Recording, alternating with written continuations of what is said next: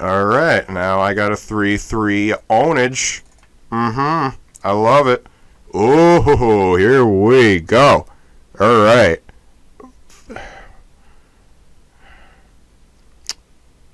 Thinking about how you must die. Wait a sec. Oh wait, you're not the guy who does the thing. I thought you were the guy who does the thing. I was thinking of a different guy. All right, I'm confusing myself. I need to know what my actual moves are. That is a damn fine looking graveyard right there, but it's too bad I can't do anything with it right now. What I'm going to do instead is I'm going to pay 2 because I have a strong feeling I'm going to need this guy, the Cliffside Rescuer. All right. 2/2 Vigilance. And then, well, fuck. Wait. Yes, he's a 2-drop. Okay, pay 2, and I'm going to cast the Silumgar Assassin. Okay. And then start combat. I'm going to swing you for 3 in the air. All right, I'll take 3 in the air. Turn is yours, holy man. During your end step. Why must you do stuff during my end step? Why must you draw 2 cards during my end step? No, I'm paying 3, not 4. Turn over. The Den Protector. Yeah, actually his Megamorph's at 2. My bad. Anyway. Return target card from your graveyard to your hand. I'm going to return Dragon Master Outcast from my graveyard to my hand. He returned the Dragon Master Outcast who cannot possibly hit the field before the upkeep. Alright. I'm going to put down a mountain. If I win this game, that would be cool. Spend that mountain to cast Dragon Master Outcast.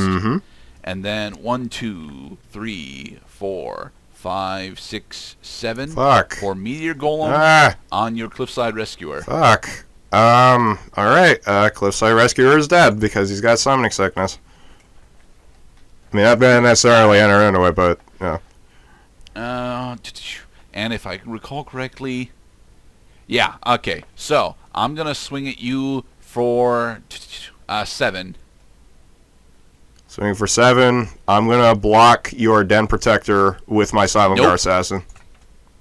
Creatures with power less than Den Protector's power can't block it. He has 3 power. And so I didn't read that. Creatures. Well, you got to say these things, damn it. Sorry. Okay, I'll block the other guy then because I can't be that wide open on my next move. So I take 3 damage. 1, 2, 3. All right. And I will end. Damn, dude. Well, good. And I think it's beginning my upkeep. Good show. Fine, good show. Yes. Well, it's about goddamn time I get some more mana. It's a little late for that, don't you think? Fuck me. Yeah, that's game because I'm way too low on life now. And I don't have any answers to your dude because I left myself wide open at the moment of truth. And I'm going to regret that for the rest of my days, probably not. But now I got to think of it's over. Oh, it's over, all right. I can't stop you from getting a 5/5 with flying unless I exhaust myself of options. I can't really do fucking shit except just hit you for 3, which is what I'm gonna have to do in a second. I just gotta come to terms with it. Yeah, because that's you make a bet, you make a deck that fights itself, and you're the only loser. So I'm gonna fucking do what I've been holding on to for way too long. I don't even have to spend mana to do it, but I do have to spend 1 for a madness cost because when I discard the Dark Withering, it goes on the stack as long as I pay 1 to activate the madness cost. Discarding the Grim Haruspex also for the Zombie Infestation, discard 2 cards requirement. The Dark Withering goes on the stack and is going to destroy your fucking this guy because I don't like this guy anymore. And then I get a 2/2 zombie, and then I lose. I'm going to swing you for 3 in the air. You could have killed my Outcast, which you can't kill. It doesn't matter. It's the same difference. And now you get to enjoy your spectacular finish. Here's my wagon. All right, I should look up the equip rules because I think I'm allowed to unequip. You are allowed to reattach the creatures as long as you pay the equip cost each time. You can even do it multiple times during the same turn. I put down a mountain, so I'm going to unequip my lightning greaves, and then I'm going to re-equip them to your 5/5 with my flying. dragon, my 5/5 dragon. Attach to card, not draw arrow. All right. And then I will swing at you with 5 in the air. Now this is where synergy in weird deck choices can have some very, very good results. Well played, Gerdat. Well played, dude. All right. GG. So, yeah, we actually explored Orzhov and Gruul relatively well here. I mean, there is no Orzhov for the record, at all, which is one of the things that green and white wants to do really, really bad. Selesnya wants to do populate in this set a lot. I'm actually really glad that I got to show off Tectonic Hellion because that is a fucking monster of a card. And Hooded Hydra too. And I'm glad I got to show one off. Card Yeah. that I actually really wanted to show off, though, if you'll permit me, Mr. Cloud. Oh yeah, of course. I mean, as this, I'm glad that we did a commander set because I realized that Highlander offers a lot more benefits than just variety or just looking at different cards. Is a lot of times you have to problem solve with the cards you have in your hand. Not to mention that Highlander with a 60 card deck kind of breaks the spirit of Highlander because you have an increased probability almost by half of what you would see during an ordinary Highlander game of 100 cards. But this is the whole idea right here is you usually think about your commander, and there are a lot of legendary creatures in this set for good commanders that you want to, first of all, pick the right colors. Don't do what I did and try being creative. You can't get around that if you can't cast your spells, if you can't get your ramp, and you can't get the right color combinations, then you're gonna die in the water. But if you want to sail, you got to pick one of the color combinations like Gerdat did that is actually supported by the non-basic lands and other shit. Yeah. But I personally really like playing Highlander because it gives me so many goddamn options that I wouldn't think to use normally. Right? Yeah. Like Dockside Extortionist. There was no way I was going to run that normally. But I wanted to show off Apex Altasaur because Apex Altasaur is fucking nuts. Yes, it costs 9, but it wipes the board when it comes out. It costs 9, but its power is 10. There's Beast Within, which is actually a relatively good removal, especially in green, which doesn't usually get that. I'm kind of surprised that you're not playing Grimoire of the Dead. You mean this card? Oh yeah, Grimoire of the Dead.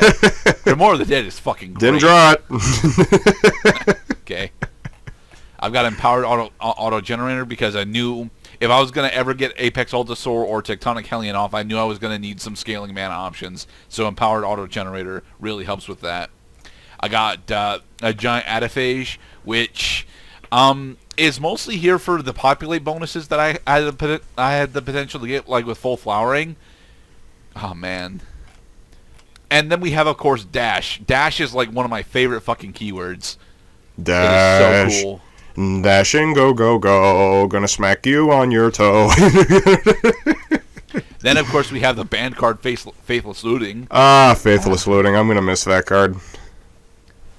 Got Increasing Vengeance, which there was no way in hell I was ever going to cast Increasing Vengeance, but I put it in the deck anyway. No, I mean it's pretty simple.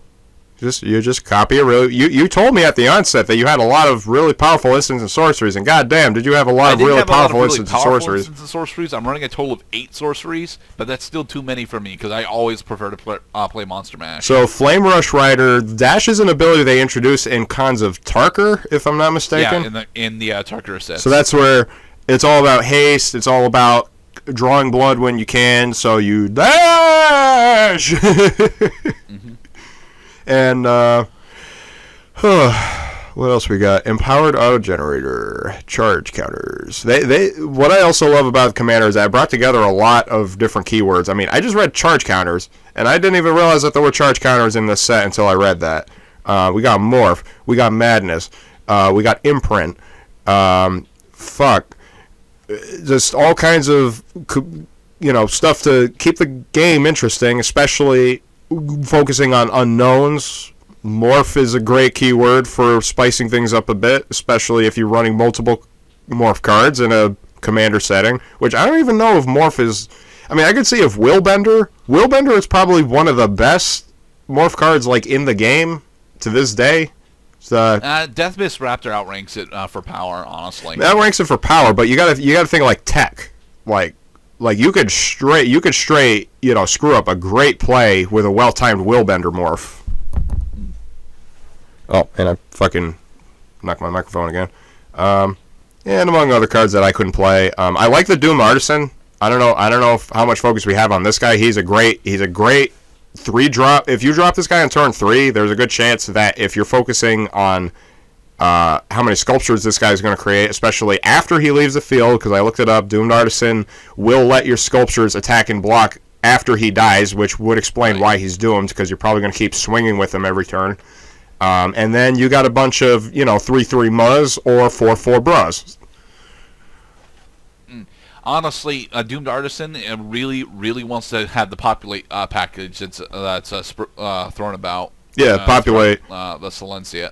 And ultimate... Why didn't you go Silencia? I mean, the black stuff in here is fucking amazingly cool looking. The art here is just nuts. Well, first of all, I thought I was going to win. And second of all, I thought that this was a good enough combination despite the problem. I thought that the problems in my consistency were going to be overcome by the 60-card deck construction that we were looking at, not what Commander normally requires. Okay. And yeah, populate... You tried to make Bloodthirsty Blade a thing. I tried. You want to use Bloodthirsty Blade if you're, for example, running destruction that checks the power of the creature that is trying to destroy, like Big Game Hunter, for instance. When he has a battlefield, destroy target creature with power 4 or greater. Well, I could turn your power 2 into a power 4 and kill it. Mm-hmm. For 1. Goad is an interesting ability, but Goad is one of those things where I want to play defensively and not get punished for it. Yeah, or you also use the Bloodthirsty Blade to open up your creature to black removal, like Murderous Compulsion, which can only destroy tap creatures. And then ultimately, you're trying to work up to your Phyrexian Rebirth on the subject of populate and tokens, destroy all creatures, and then create an X-Hex artifact creature token where X is the number of creatures it's destroyed. Alright, so... Would you say that this set is actually really cool to play with? Yes, I would say that. I think that Commander players are going to really enjoy having a wide variety of really stupid powerful cards like Soul Ring, Thran Dynamo, because this is the one and only chance you get to use these cards in a setting that makes sense.